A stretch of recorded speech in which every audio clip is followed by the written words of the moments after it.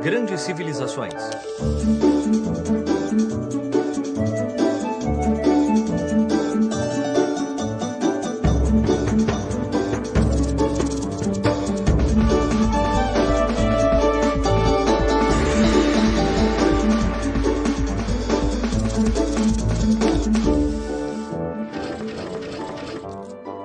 O Império Inca, primeira parte.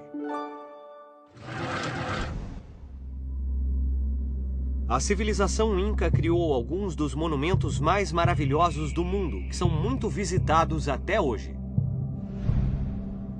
Mas a história dos Incas, que dominaram a maior parte da América do Sul durante séculos, é cheia de mistérios.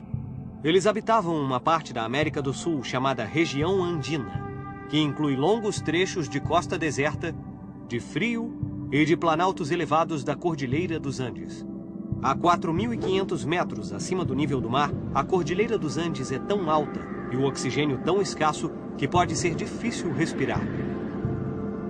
Para muita gente, não seria um bom lugar para viver.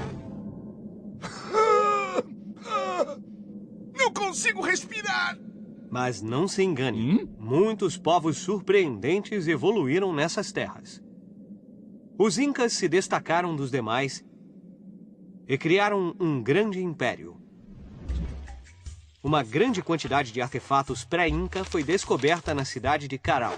Essa cidade é hoje considerada a mais antiga das Américas e uma das mais antigas do mundo. Caral foi construída por volta do ano 3000 a.C., quase ao mesmo tempo em que o Egito florescia às margens do Nilo. Havia muitos povos que viviam nessas áreas antes dos Incas, como os Nazca, os Mochica e os Tiwanaku. Muitos desenvolveram grandes artes e se especializaram em trabalhar com ouro e prata. Outros dominaram as artes têxteis ao tecer belos padrões. Os Nazca são especialmente famosos não só graças à descoberta das linhas de Nazca, que são longas, geométricas e podem ser claramente vistas do espaço, mas também graças às dezenas de desenhos gigantescos de animais. Mas esses desenhos são tão grandes que só podem ser vistos claramente do céu. Então, para que os Nazcas fizeram esses desenhos? Ah, eu sei, era para os ETs. Talvez. Mas alguns cientistas acreditam que esses desenhos eram um calendário para ajudar a escolher os melhores momentos para plantar e colher. Existem algumas poucas pessoas que pensam realmente que os desenhos foram feitos para os ETs. A origem. Lendas sobre a origem dos Incas passaram de boca em boca por centenas de anos, sobrevivendo a guerras e a conquistas e chegando até aos nossos dias. Os Incas não tinham um sistema de escrita, por isso as histórias e as lendas eram contadas oralmente e acabaram sendo transmitidas de geração em geração.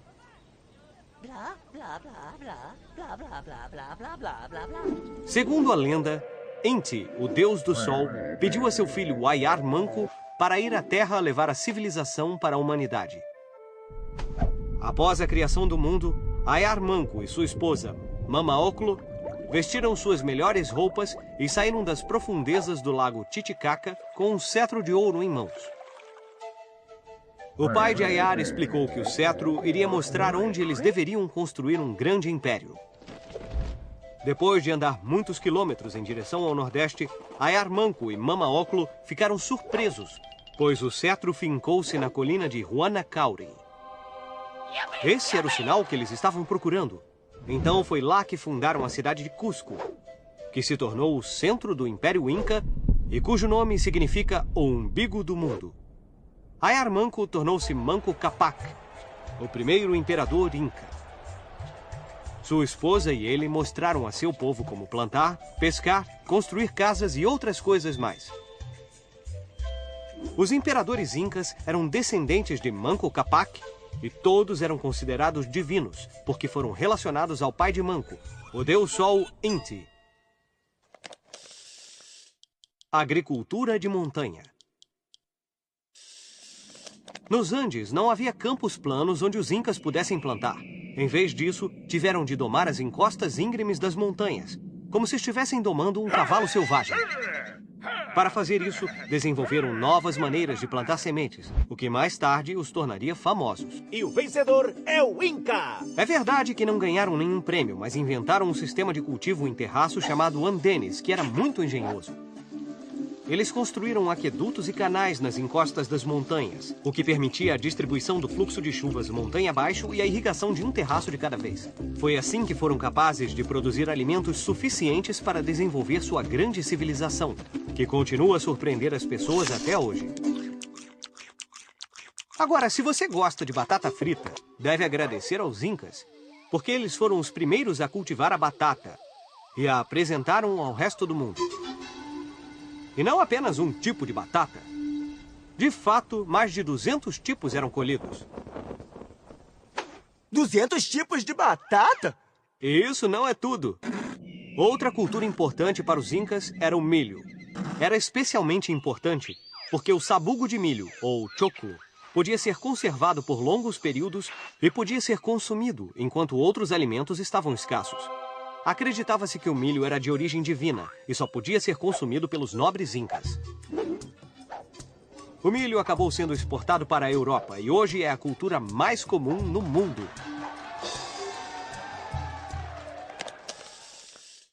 Os caminhos dos Incas. Graças às grandes campanhas militares e às alianças com as populações vizinhas, o Império Inca foi sólido até o ano de 1438. Estendia-se pela Amazônia colombiana, por partes da Argentina e do Chile. Os Incas chamaram todo esse território de Tahuantinsuyo, que significa o Império das Quatro Direções. O império foi construído a partir da capital Cusco.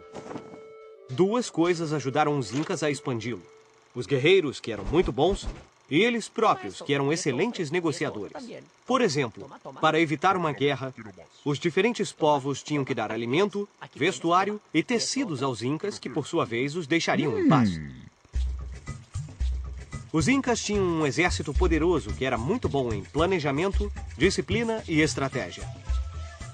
Isso lhes trouxe inúmeras vitórias e logo conquistaram um grande território. Os Incas eram muito organizados. Eles construíram um gigantesco sistema de estradas que atravessavam florestas, desfiladeiros e montanhas. Isso os ajudou a expandir o território e a deslocarem-se rapidamente. A estrada principal era o Caminho Real, que unia as cidades de Cusco e Quito e tinha 2.400 quilômetros de comprimento. Nossa! Era muito grande!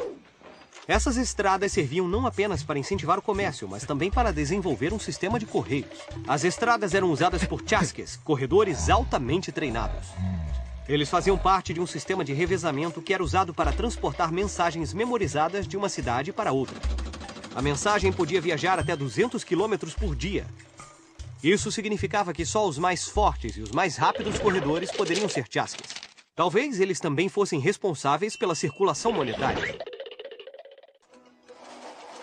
Vamos usar nossa bússola do tempo para ver o que estava acontecendo nos outros lugares do mundo nessa mesma época.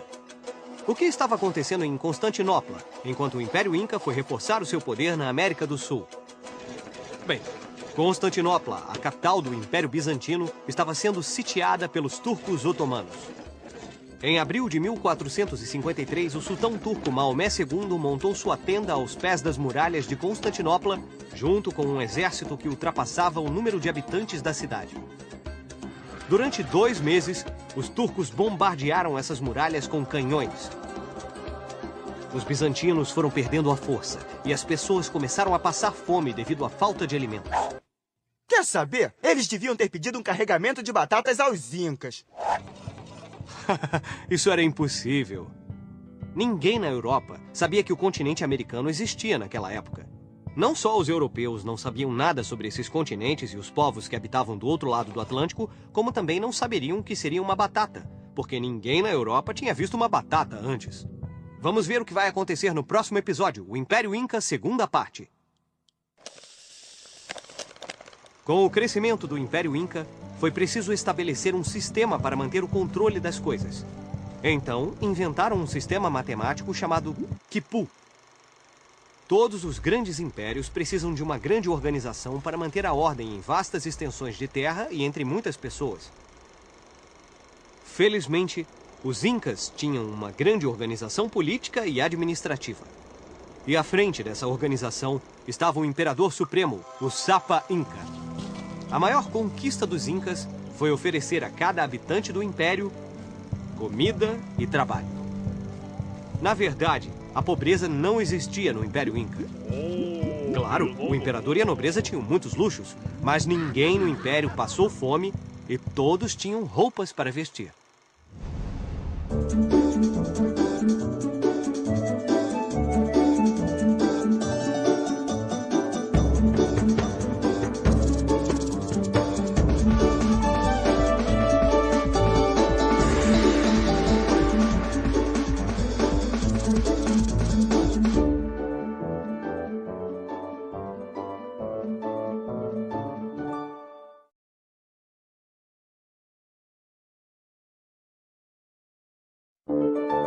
No último episódio de Grandes Civilizações,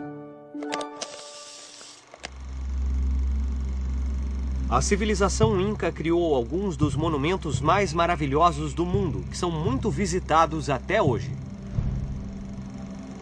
Mas a história dos Incas, que dominaram a maior parte da América do Sul durante séculos, é cheia de mistérios. Eles habitavam uma parte da América do Sul chamada região andina. Lendas sobre a origem dos Incas passaram de boca em boca por centenas de anos, sobrevivendo a guerras e a conquistas e chegando até aos nossos dias. Os Incas não tinham um sistema de escrita, por isso as histórias e as lendas eram contadas oralmente e acabaram sendo transmitidas de geração em geração.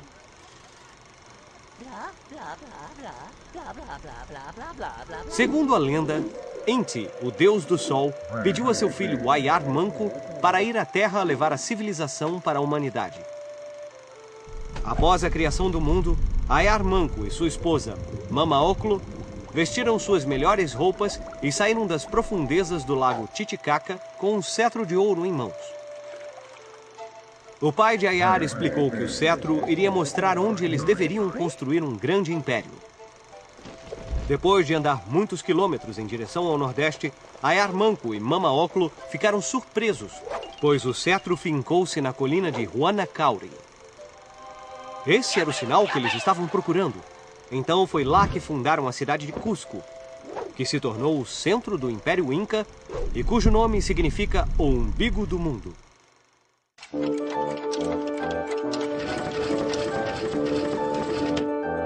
Grandes civilizações.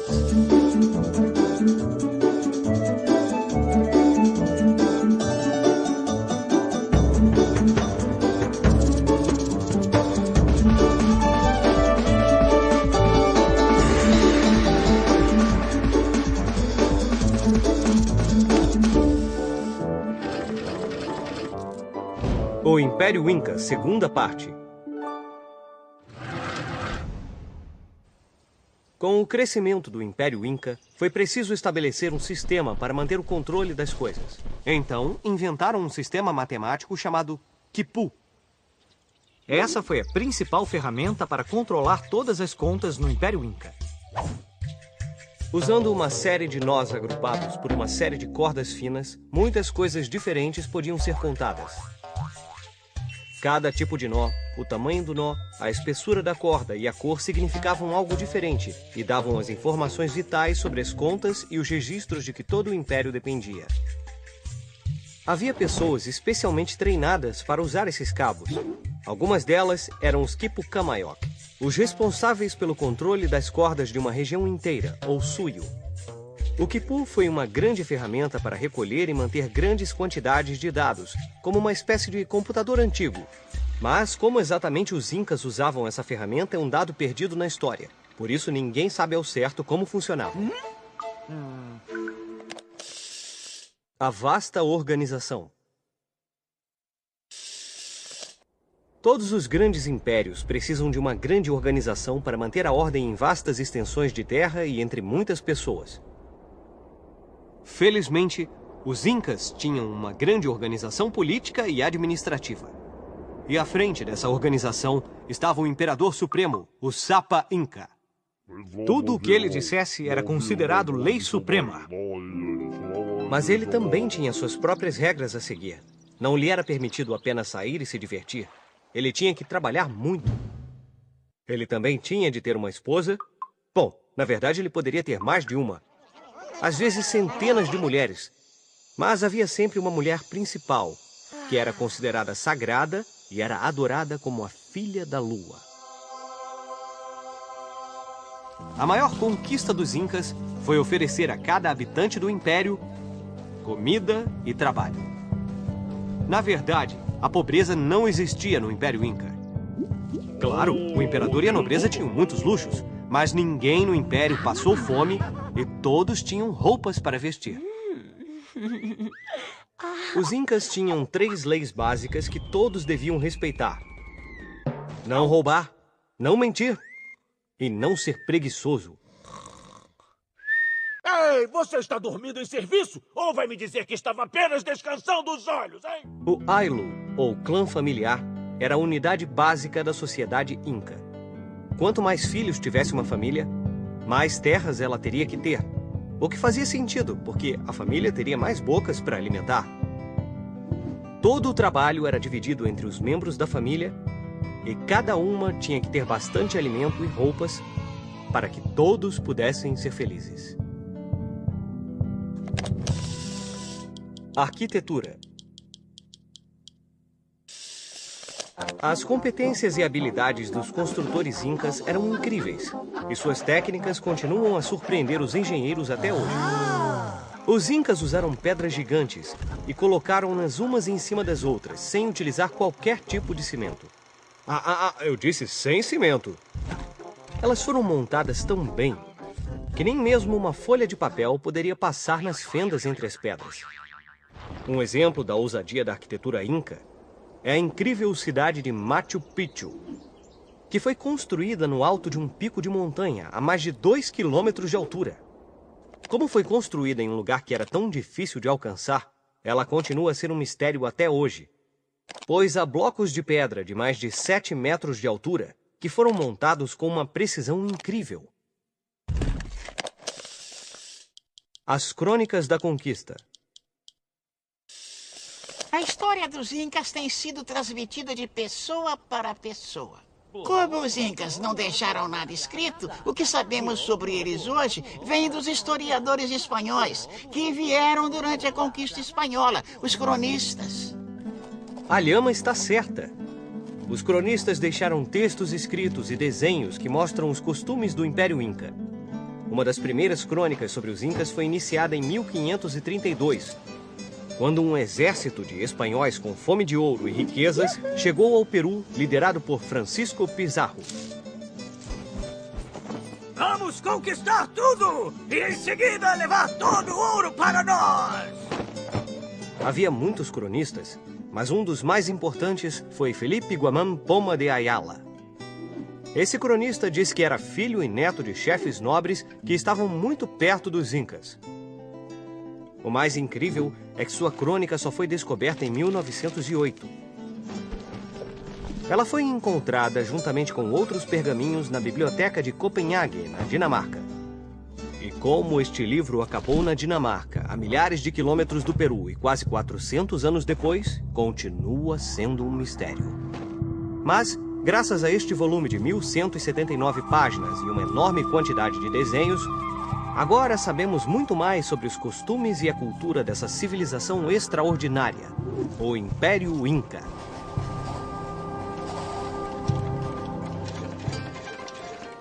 Vamos usar nossa bússola do tempo para ver o que estava acontecendo nos outros lugares do mundo nessa mesma época. Enquanto Francisco Pizarro estava a caminho da conquista do Império Inca, o que estava acontecendo do outro lado do mundo, no Japão? Bem, há centenas de anos, o Japão estava sob o regime feudal, onde todo o poder político e militar era realizado por um shogun.